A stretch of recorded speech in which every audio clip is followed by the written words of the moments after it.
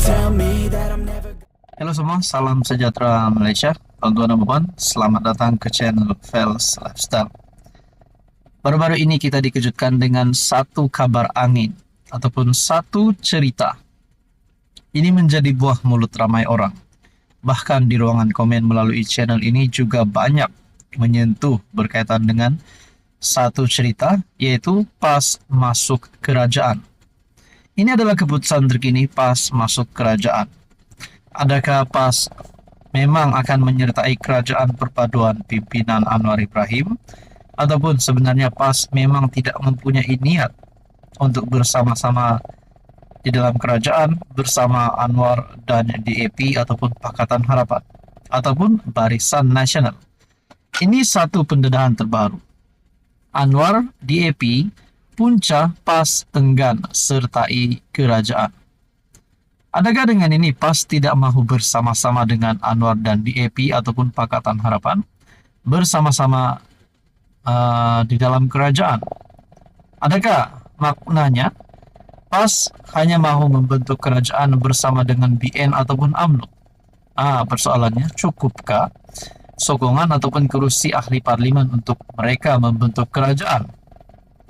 Ketika muncul kabar angin, kabar mengatakan PAS ada membincangkan cadangan menyertai kerajaan perpaduan, pemimpin tertinggi parti dipetik lidah rasminya sebagai sedang memilih langkah sebaliknya. Menurut Mursyidul Am PAS Hashim Jassin, parti itu tidak akan memenuhi ajakan untuk menyertai kerajaan seperti yang didakwa sesetengah pihak. Alasan Hashim, kerana di dalam kerajaan perpaduan sekarang ada Anwar Ibrahim dan DAP, yaitu pihak yang pernah menjadi rakan kerjasama PAS sebelum ini. PAS tidak akan memenuhi ajakan pihak-pihak tertentu, termasuk daripada UMNO, untuk bersama dan bercampur dalam kesepakatan politik yang adanya DAP, katanya dipetik Haraka Daily hari ini. Sebelum ini media melaporkan Hashim sebagai berkata PAS sedang mengkaji kesan baik dan buruk jika mereka menyertai kerajaan sekarang, sekaligus mengakui ada usaha pihak tertentu menarik mereka menjadi kerajaan. Begitupun ada tulisan daripada Syabuddin Husin sebelum ini yang menyatakan siapakah orang kerajaan Madani yang berjumpa dengan PAS. Laporan utusan Malaysia menyatakan perkara tersebut ada dibangkitkan pada Majlis Syura Ulama PAS dan dibincangkan secara sepintas lalu, justeru belum ada sebarang keputusan muktamad. Kita perlu kaji dan tengok baik buruk mengenainya, dan adakah dalam kerjasama di dalam kerajaan itu ada DAP dan sebagainya. Perkara itu akan diteliti sebelum sebarang keputusan dibuat. Laporan Haraka Daily. Hashim berkata pengalaman bekerja sama dengan DAP menunjukkan parti tersebut tak boleh dipercayai dan membawa agenda lain. Nah, persoalannya saudara-saudara, sekarang ini parti mana yang baru PAS mahu setuju untuk bersama di dalam kerajaan, sedangkan BN dan PAS hari ini pun tidak mempunyai hubungan yang baik, apatah lagi dengan Pakatan Harapan. Menurut Anda, apakah layak PAS untuk masuk kerajaan ataupun sebenarnya tidak layak langsung? Apa komen Anda? Halo semua, salam sejahtera Malaysia. Selamat datang ke channel Fels Lifestyle. Tuan-tuan dan puan, terima kasih kerana terus setia dan bersama di dalam channel ini. Saudara-saudara, bagi sesetengah orang, Anwar Ibrahim adalah Perdana Menteri yang paling layak hari ini untuk terus memegang jawatan itu, bukan saja hanya satu penggal, tetapi dua penggal, tiga penggal, dan berpenggal-penggal lagi. Kerana mereka lihat komitmen dan kelebihan Anwar Ibrahim menjadi Perdana Menteri hari ini. Makna kata, ini sudah tidak ada harapan lagi bagi Mahathir, Muhyiddin Yassin, dan juga siapapun yang memusuhi Anwar Ibrahim, yang ingin menumbangkan Anwar Ibrahim. Ini kita boleh kata, bagi sesetengah orang, mungkin beranggapan Mahathir dah tak ada harapan nak menjadi Perdana Menteri lagi. Muhyiddin Yassin pun dah tak ada harapan nak jadi Perdana Menteri lagi. Sedangkan baru-baru ini Muhyiddin Yassin didakwa di Mahkamah Session Gua Musang berkaitan dengan ucapan kontroversinya pada PRK Dun Negiri. Saudara-saudara, adakah dengan ini Anwar mempunyai harapan yang cerah untuk terus menjadi Perdana Menteri?